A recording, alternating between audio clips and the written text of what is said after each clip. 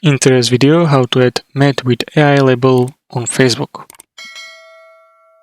First, open Facebook app on your mobile device, and once you're on the Facebook, tap on What's on Your Mind text box at the top of your newsfeed or from your profile page to create a new post.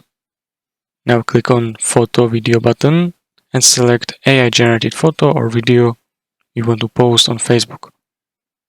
If you have AI generated text, simply place it into the post text box, and once uploaded, add caption, tag any relevant friends and customize your post as needed.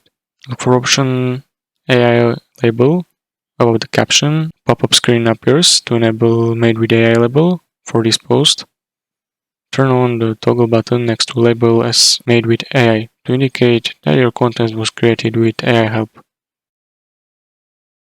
Once you have enabled AI label in your post, click on the post button to publish your content with Made with AI label. Your uploaded post will now show Made with AI about the published photo or video.